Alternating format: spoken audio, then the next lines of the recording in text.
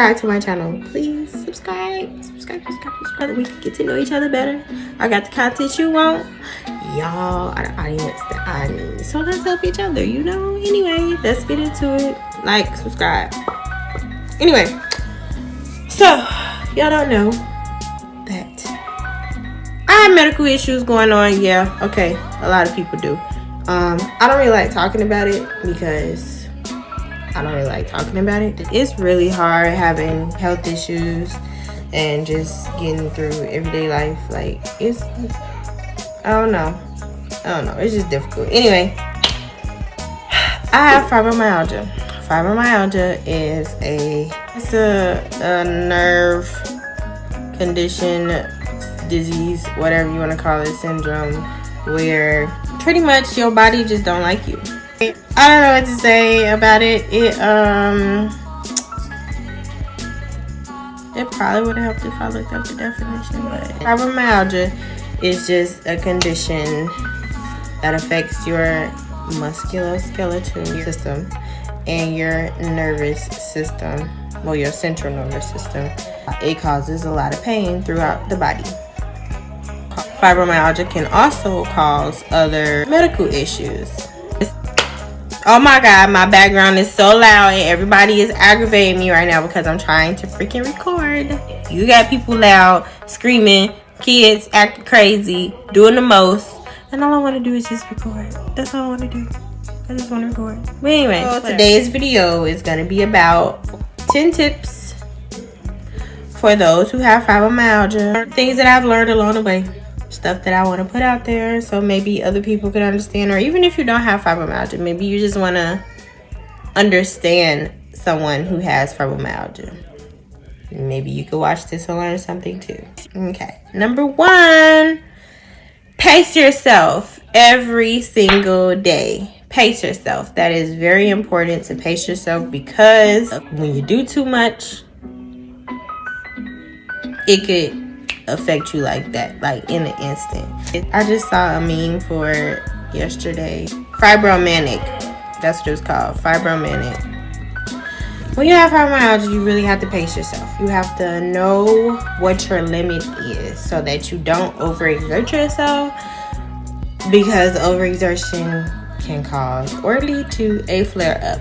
Flare-ups suck because it brings about your symptoms. It brings about the pain, the fatigue, the irritation, the headaches, the nausea, the vomiting, the irritable bowel syndrome symptoms, the freaking, it just brings up a range of things. So it's just best to know your limit. Pace yourself. Number 2, if you wake up in pain, anticipate a light work day. It's best to, depending on how you wake up, that's pretty much going to let you know how the rest of your day can go. Now, of course, we can pray about it. We can pray for God to give us the strength. We can try to move forward as best as we possibly can. But at the end of the day, it's just a precaution. Anticipate a light work day if you wake up in pain, or depending on how you wake up. Number 3. Meds are not going to be as effective as you would like. So currently, they do not have a lot of meds for fibromyalgia that actually gets to the root of the problem. They still don't know what the root of the problem is. So it's kind of hard to treat the root of the problem if you don't know what the root of the problem is. I have tried Cymbalta, Lyrica. I've tried Flexeril, Gabapentin. It's another one. Darn.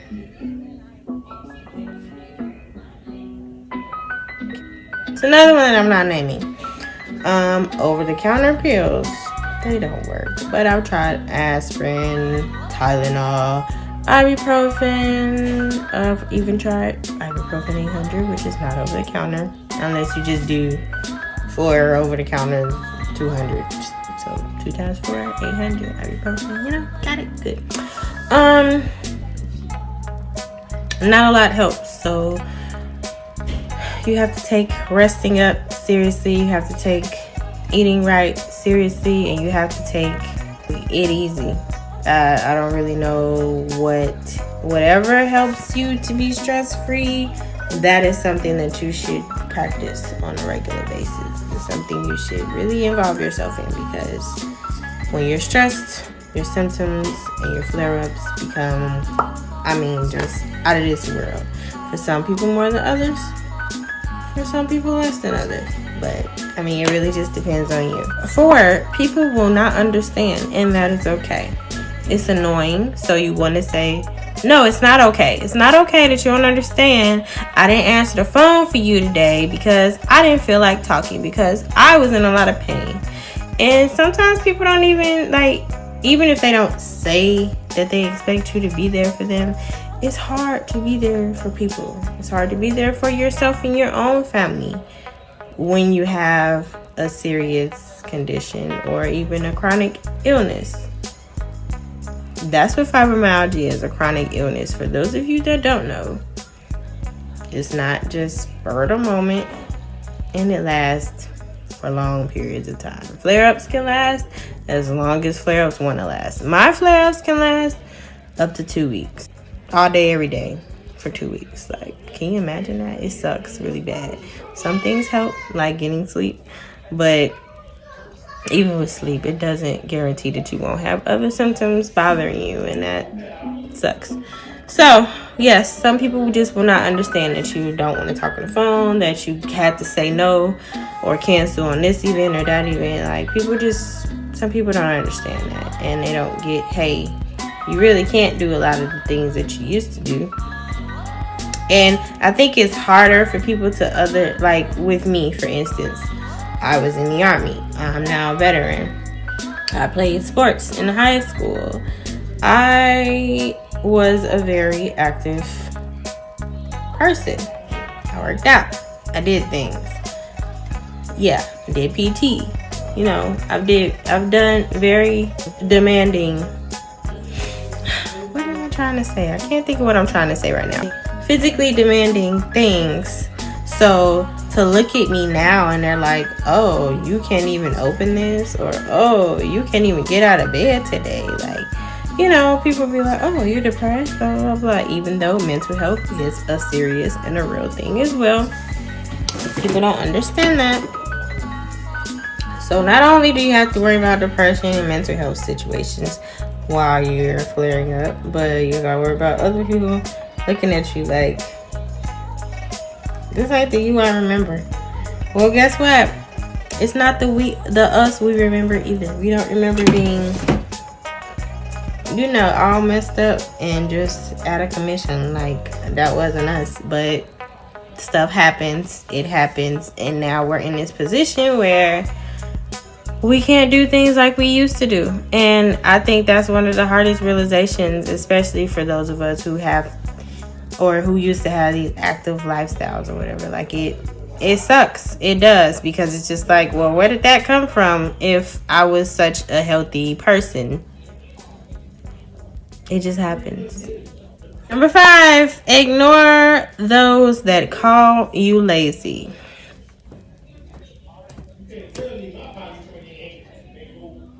That's a serious one, y'all. Being called lazy when you have fibromyalgia is very disheartening, and it's annoying, and it's very discouraging, because it's here you are trying to do the best that you can to do what you need to do on a daily basis, especially if you have a family or you're a stay-at-home mom like me. I'm a stay-at-home mom. I'm a stay-at-home wife. I do things around the house, yes, but it's a freaking 24-hour job that you don't get to take off of, and sometimes needing to ask for that extra help, it sucks. Especially when you are in the military or you're a military family and you move around and you're away from your family all the time, because it just doesn't help and it doesn't work out sometimes. It sucks, but being called lazy, that is just the ultimate slap in the face when you have fibromyalgia. The ultimate, it just sucks. But ignore them, because you're not lazy. You're trying to do the best that you can, or save whatever exertion that you're gonna need for whatever you have to do. You're gonna need that. So you're not being lazy, you're resting up. And if they don't understand that, oh well, that is on them. Okay. So number 6, you can still do most things, you just can't do it the same way. Like I said, overexertion or being as physically demanding or doing jobs as physically demanding as you used to do, that may not be what's best for you. You may have to change that. You may have to switch your job, or just limit the things that you do, because now you're not able to do as much as you used to do, and that does suck. But I mean, chronic illness calls for life-changing situations, so you gotta do what you gotta do. 7, planning things as you know it is over. Example, I made a whole schedule this week, right? Like a whole schedule. Potty training, teaching time, working out, waking up so I can pray, get my Jesus time in, having me time at night once I put the kids to bed, they bedtime, they bath time, this, that, and the third, blah, blah, blah, we walk the bam. Whole week. Started Monday. I made the mistake of working out, but I did too much, I'm guessing, because I haven't worked out in a long time, because my body was like, I was overexerting myself. So Monday, overexerted myself. I was not able to resume with the majority of the things on that schedule until today. Today is Friday. Yeah, it took a whole week, and I'm still feeling it. Like, I'm working through the pain, I'm working through the exhaustion. But like, I recorded 3 videos today because I haven't been recording, and I was just like, enough is enough. I'm feeling good today, I'm getting it done, because I even set aside time to record.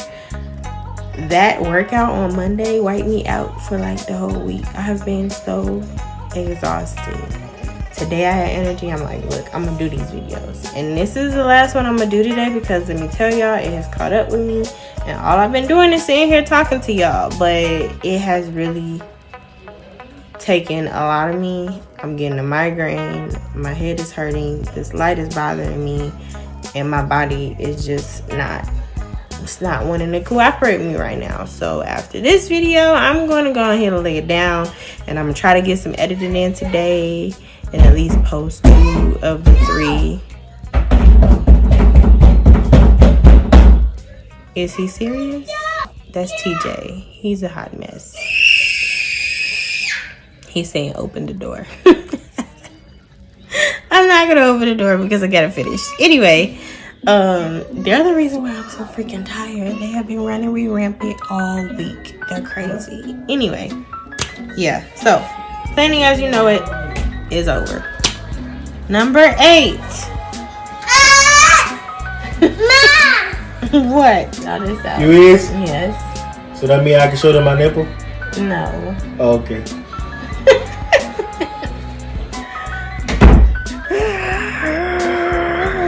Anyway, 8. Your body is going through something, so be gentle. Acknowledge the fact that your body is changing and that you cannot do anything about it right now. You just have to let it run its course if it's gonna run its course. But honestly, chronic illness is a forever thing, and I think that's the part that sucks the most, because it's like, you know, with a headache, it's like, oh, eventually it's gonna go away. With a migraine, it don't feel like it, but eventually it's gonna go away. With soreness, body pain, there's an end to it somehow. But when it's a chronic illness that causes all these problems, it's, the outcome just looks really crappy. It looks crappy. So what we have to realize and understand is that because our body is going through these changes, we have to be gentle as possible, and we have to acknowledge the fact that we have to tone things down, scale things down. We have to come to, I don't know, just be nicer to ourselves, be more understanding, and recognize, hey, you're not who you used to be. Your body isn't what it used to be. You need to calm down. And as much as, like, it's really hard to come to that conclusion. It's hard. But once you do, then things will be like 10 times better. So yeah. Number 9. The symptoms that come along with it suck. That kind of goes into what I was just saying. Yeah, the symptoms suck. They do. You get IBS symptoms, headache, fatigue, brain fog. Oh my God. It makes sense now, but I had a I had really started going on a downward spiral when it came to my memory. Like, and I didn't understand what was going on. And it got really bad my first year being in the military. And when I got to my first duty station in Fort Bliss, Texas, or my only duty station. When I got to my duty station in Fort Bliss, Texas, in El Paso, Texas, it was rough for me because I was forgetting everything. Appointments, dates, I forgot what the day was, what time it was, what day of the week it was. Sometimes I forget what part of the month we in. Like, if it's the beginning, middle, end, I forget. And I be like, oh, it's the middle of it's still the beginning of February. And then I look up and we're like, February 21st. And I'm like, dang. Well, I'm just using this month as an example. My birthday was last week. So obviously I remember that this month, we're at the end of the month, especially because February is a short month. But any other month, I'll just be like, oh yeah, the month, we got time. And then next thing I know, I look up and I'm like, oh my God, it's really the end of the freaking month. Like, it's crazy because I just don't be remembering. And it could be an appointment that I just made. It could be something that I said 10 minutes ago. And I won't remember. I really won't remember. It's like really that bad. And when I first started realizing it, it freaked me out. Because I was like, what the heck is going on? Like, what's wrong with me? What is happening? So, yeah, it gets like that sometimes. And the symptoms, they really do suck. That's one of my major ones that suck because it was also affecting me in school because I was doing online school. And it's not online school that was the problem because I would be doing good up until like literally the last week of school. And then a couple of times I just got really stuck on like my last assignments or my papers or whatever. I'm a writer. I love to write poetry, music. I love to write essays, stuff like that. I don't like being put on a time limit, but I love to write because I know I can do it. And then sometimes when I look back and I read the stuff that I wrote, it astonishes me. Like, I wrote that. Okay, girl. Okay, I'll be you. But now it's a little more challenging, and it's a lot of times it's discouraging, and it has made me cry, and it has discouraged me from going back to school. Now I know that it's just not the time for me to be in school. I get that. God finally put that on my heart, and I acknowledge that now. It's my time for my kids. I'm gonna come back to me at another time, but yeah, I couldn't understand for the life of me. I was just like, this is just not happening. This is crazy. Like, this is what I do. Yeah, it's one thing to have writer's block, but it's another thing to you literally can't find the words to say what you're trying to say. And I'd be really into it. I'm typing. And then I'm like, dang, what did I just say? Or what am I trying to say again? And I'll literally be stuck there for like hours trying to figure out what it was I was trying to say, or trying to say it in a different way, but still the kind of way that I was trying to say it. It's just, yeah, it's a hot mess. And that's one of the biggest things that I struggle with, is the brain fog and the memory loss problem. Outside of the many other things, that one is hard for me. Last but not least, make sure you ask questions. Sometimes it comes with more. Make sure you ask questions. When you go to the doctor, ask questions, because sometimes fibromyalgia may not be the end of where your problems are. Fibromyalgia may just be the beginning. And for me, that is what has happened. It was crazy because a long time ago, I started getting diagnosed with like just random things. Stuff outside of my asthma and stuff outside of my migraines. Okay. College comes, start getting chest pains. I'm like, God, what is this? I know I don't handle stress well, but I'm like, that can't be why my chest hurting, right? Like, I'm too young for this. I'm active, I do this, I do that. Well, got diagnosed with costochondritis. Costochondritis is basically just inflammation right here, but it hurts and it can cause sharp pain near your heart. It could be on either side or in the middle. It does cause swelling in the tissues around your ribs or whatever, or where your ribs starting up. And the sharp pains kind of make it feel like your chest hurts, but it kind of makes it feel like your chest is like, it's like your heart hurting, but it's not your heart. But that's how it feels. So